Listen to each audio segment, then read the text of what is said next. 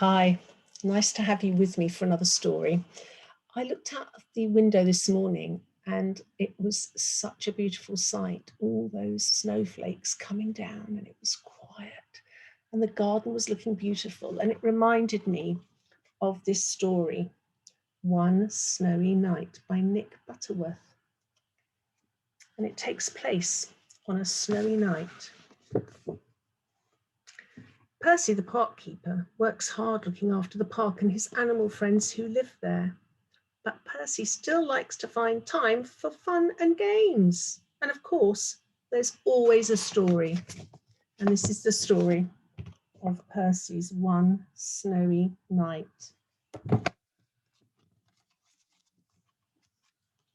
Turning the pages. I want you to be able to look at the pictures.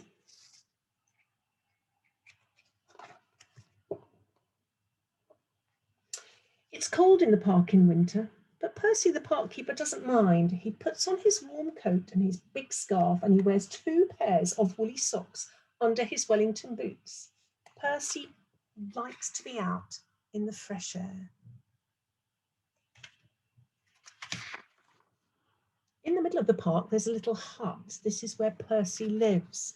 When it gets too cold to be outside, Percy goes into his hut where it's nice and warm. The animals who live in the park all know Percy's hut. Every day he shares his lunch with them. Look, these lucky birds are getting a few crumbs. One winter's night, it was so cold it began to snow. Great big snowflakes passed the window of Percy's hut. "Ooh," said Percy, "I think I'll need an extra blanket tonight." He made himself some hot cocoa and got ready for bed.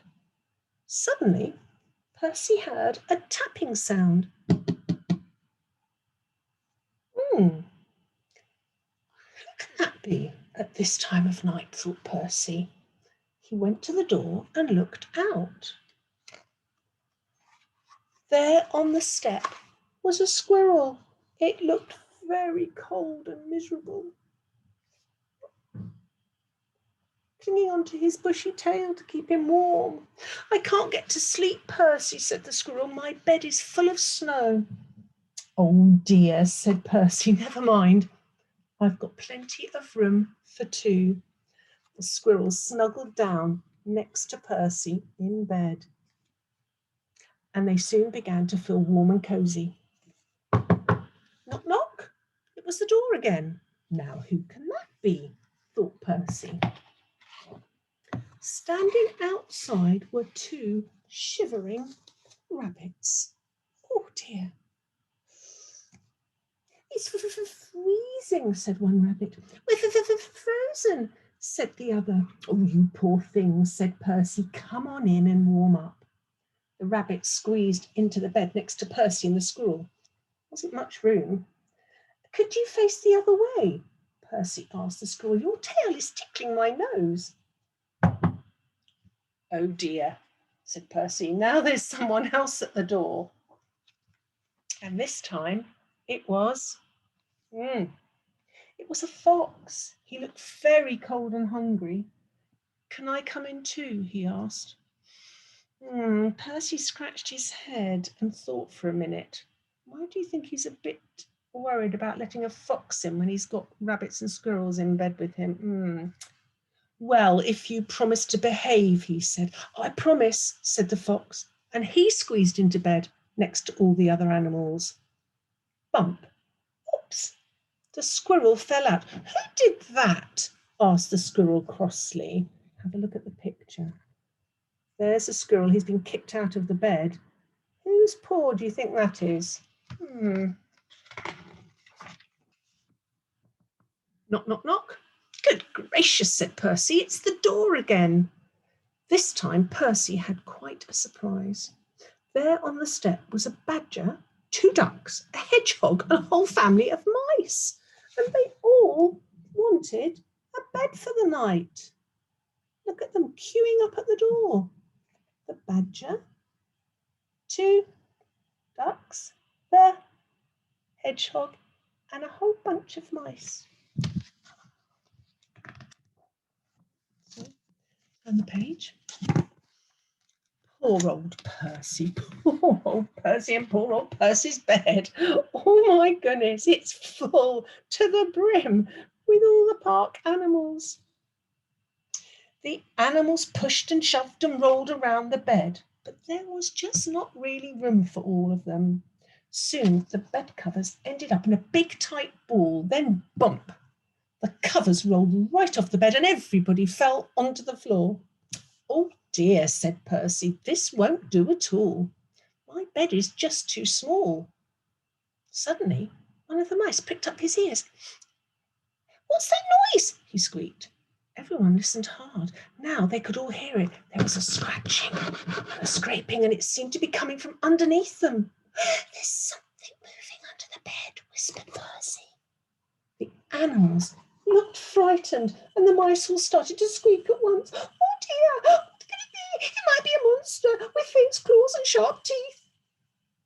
The noise grew louder and louder. Then one of the floorboards began to move. Look out, it's coming through the floor. Suddenly there was a loud creak. Help, cried the animals as the floorboard started to push up.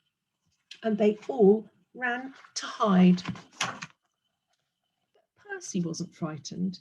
He started to chuckle and then laugh out loud. A small, dark head was poking out through the floorboards. Look.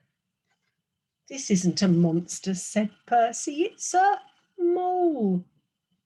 I'm sorry to burst in like this, said the mole. I knocked on the door, but nobody heard me. Percy helped the mole up through the hole in the floor, sat him on his hot water bottle to get warm, and put the floorboard back in place. It's all right, everyone, he called. You can come out now. But nobody moved. Nobody moved and nobody stirred. Nobody wanted to come out. The squirrel was tucked away in the pocket of Percy's dressing gown. Can you see him? Just here. The fox, the rabbits, the badger and the ducks, they were all safely hidden away. The hedgehog was in his coat. The mice had even squeezed themselves into Percy's slippers. Everyone had found a cosy bed. Well, I never, said Percy, and I'm just going to let you have a really good look at this picture. You can see where all the animals have found a bed for the night. Can you see Hedgehog in Percy's coat? Badger's tucked up in a drawer of the chest of drawers.